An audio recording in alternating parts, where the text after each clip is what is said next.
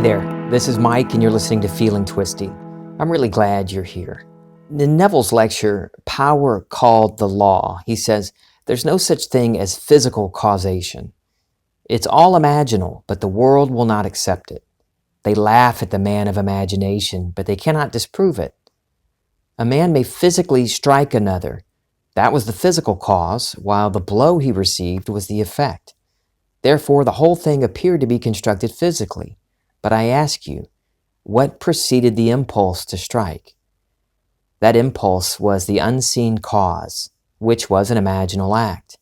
Reading this quote again reminded me of a time years ago.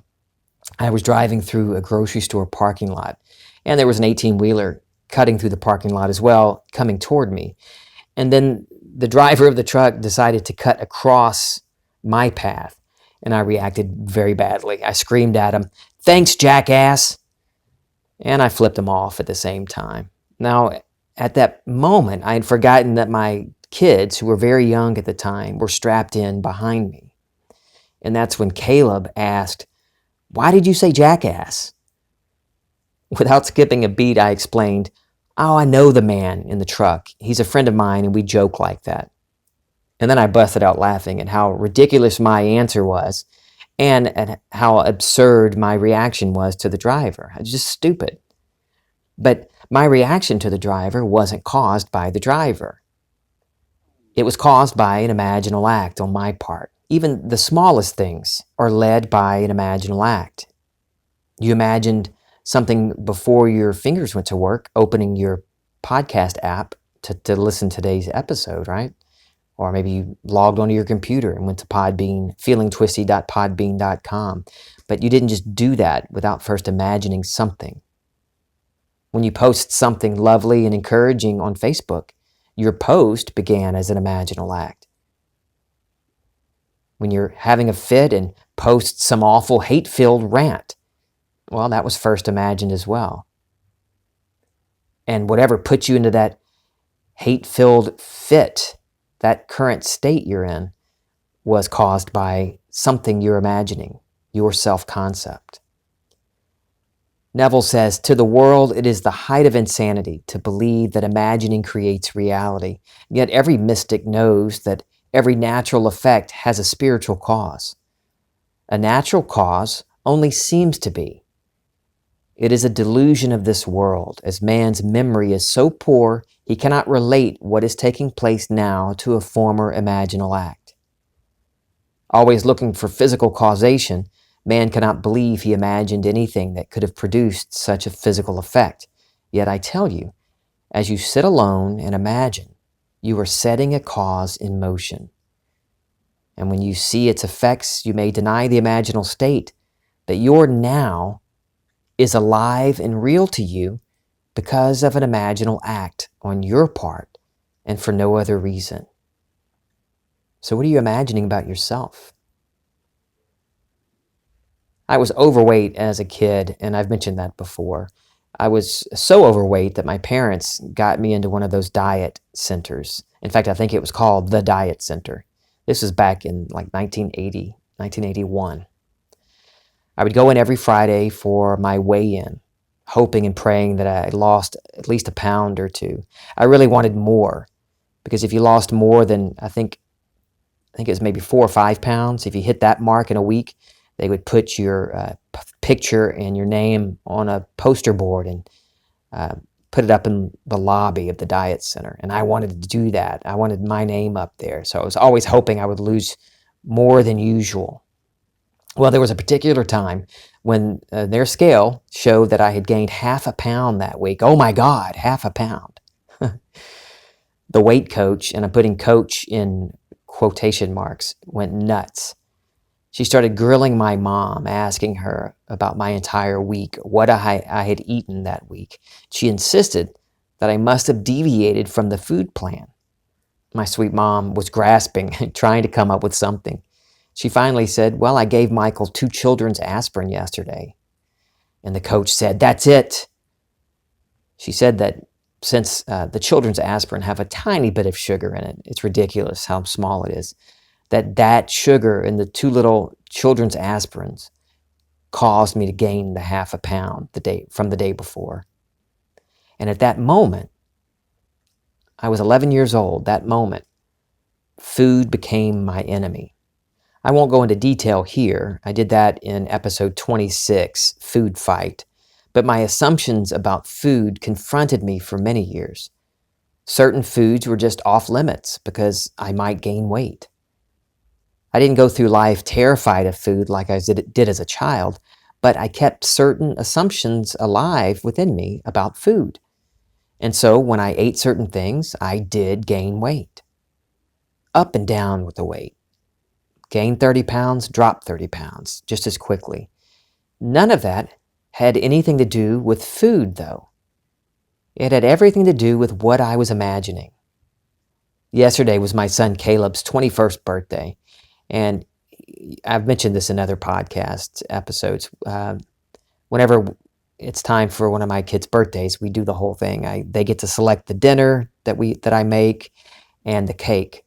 And so he wanted pasta jambalaya, which, by the way, takes a long time to make, but I did it.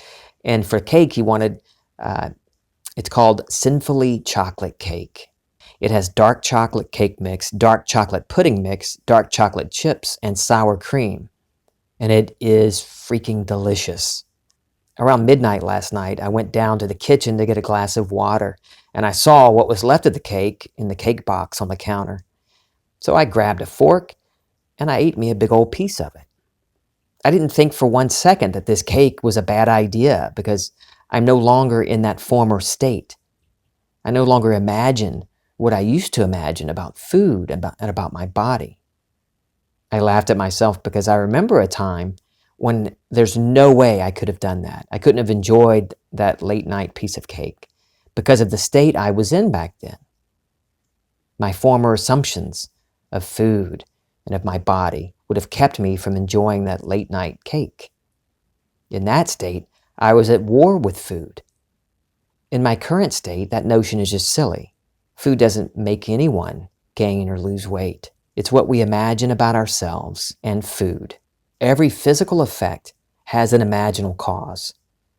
In that same lecture, Neville says, "The world is brought into being by imagination and sustained by imagination. And when imagination no longer sustains it, it dissolves and leaves not a trace behind." You can move from any state into another in an instant by assuming the feeling of that new state, that new self-concept. Like Neville said in this lecture, your now, this present moment, is alive and real to you because of an imaginal act on your part. I've said this so many times. What you're holding on to, your past, these images and feelings from your past that you're choosing to hold on to, is what you're going by. You're going by these images and feelings of past experiences and choosing to keep those experiences real in your life. You're taking that template, how things normally go based on your past experiences, and you're setting that template onto your now and deciding that your now is going to be just like your past. I'm still going to be overweight. I'm still going to be broke. I'm still going to be lonely because that's the way it's always been. But your now is only alive and real because of what you're imagining. And that's the great news. It's fantastic news. The only reason your now continues being your experience is because of what you were imagining. And you can change your now by changing what you're imagining. It doesn't matter what you want in this life, for yourself, for your family, for your friends. If knowing what you want, ask yourself, how would I feel right now if I'm already experiencing my wish fulfilled? Not next week or month, next year, my 5-year plan. Let's drop all that for the moment. How would I feel right now listening to Mike's podcast? How would I feel listening to Mike's podcast and realizing that, I don't really need Mike. I've got this. My wishes are fulfilled. I'm living this dream life that I always wanted. It changes how you feel about listening to me, doesn't it? Because you don't need me.